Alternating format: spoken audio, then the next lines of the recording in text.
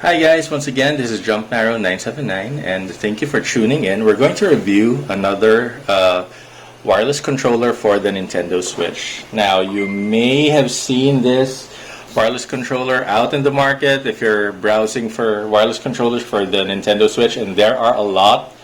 Some of them have brands, some of them have carry the name of the importer, but generally these are one of those that are unbranded third-party controllers. But given the price, let's see if it'll work, and if it's workable or serviceable for our purposes. So the material here is mostly plastic. It's actually just cheap plastic. So if you're used to the third-party controllers from, let's say, Dove or iPega, it's basically the same plastic material that they use. However, this one has rubber piece on the grips, so that adds a nice touch actually, because it's easier. Yeah, it's easier to grip. It actually does help. Now I'm pressing the buttons, and the buttons feel feel crisp actually, so it's pretty good. Right now I don't really see any issues here. These are not analog trigger buttons, so that's just one, but it's definitely a good press. I'm getting good tactile feel from pressing the shoulder or trigger buttons.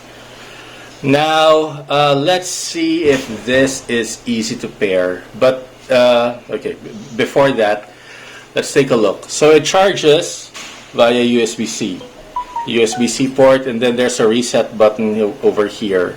So that's really just about it. There's no name.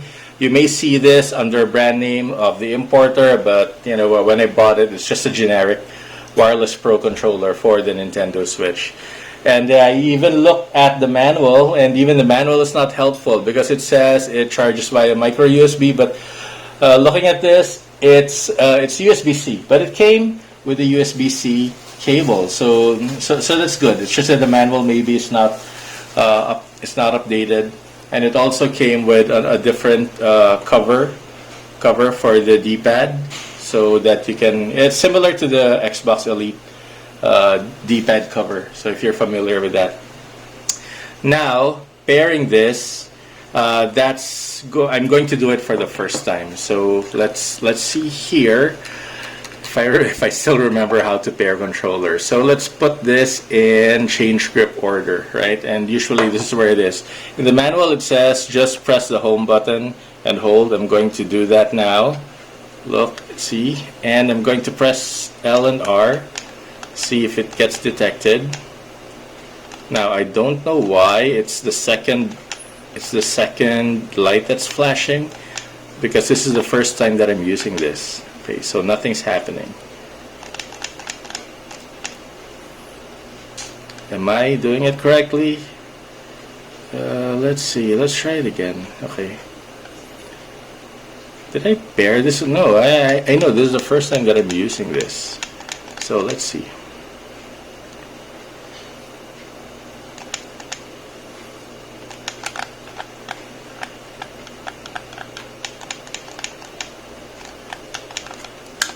Oh, it's not detecting. Let me check the manual again.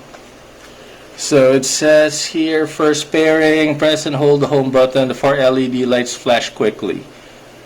So I'm not doing it right, because the 4 LED lights should flash quickly. It looks like this has been paired already with some other device.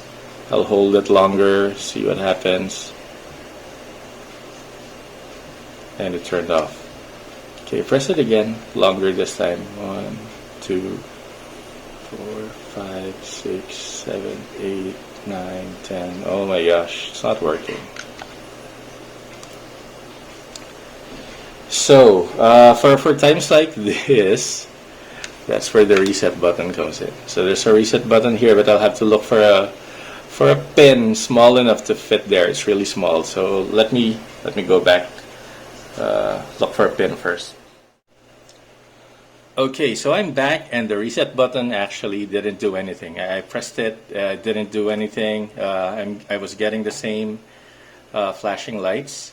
So I tried, what I did with the other third-party wireless controllers. It's Y and home, so it looks like it did work because there it started flashing. Let's see if this will work now.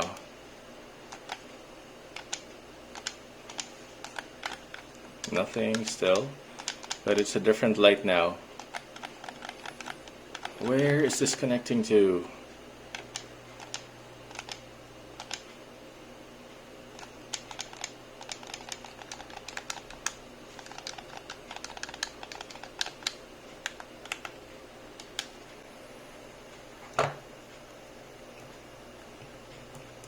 What?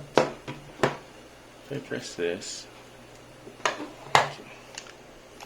There, come on, try it. It's not working.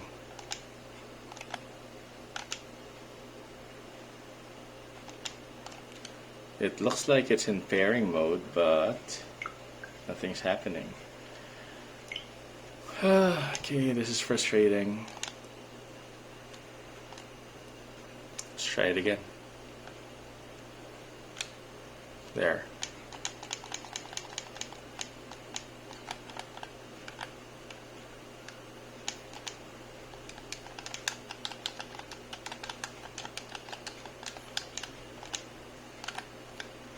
Okay guys, I'm gonna come back to you and keep trying. I don't know what else. I'm gonna try different combinations, but we'll see. It's not pairing. Okay, I'm back. So after several tries, it worked. What I did was I pressed B and the home button, and it worked earlier, but now nothing's happening. Let's see. Okay, it failed me again. It was, there you go. There you go. So the manual was not reliable. The manual said I just need to press home, long press, and then all the lights will flash. So that's wrong. I needed to press home and the B button, long press for both, and not all the lights were flashing. It's actually curiously the second light that was flashing fast, but after that it worked great. So there you go. Now let's try this on one of my favorite games, Don't Starve. So here we go. Everything seems to work out fine, and this is actually looking like a great controller. There's not much fanfare, but it actually works. It feels good in the hands. If you're used to the PlayStation 4 DualShock 4 layout, then maybe this is a controller that you might consider because it has the same layout as a DualShock 4. It's not as heavy. It's actually lighter than the original controllers, than the original DualShock 4, original Xbox One controller, and the original Pro controller, but it's not too light that it feels like it's going to break anytime soon. It actually feels sturdy. So the weight is just right, and the price, of course, definitely is right. Here I got it for maybe $20 USD or less, and you'll probably get it about this at the same price range. Now I'll try to look again for the name, the exact name of this one, because it doesn't show. There's no name, but you might see it. This is the only one with this face, right? And it comes in different colors. I've seen a green one. I chose the yellow one, obviously, but there are different colors available. So if you're looking just for, even if it's a primary controller, I think this is serviceable.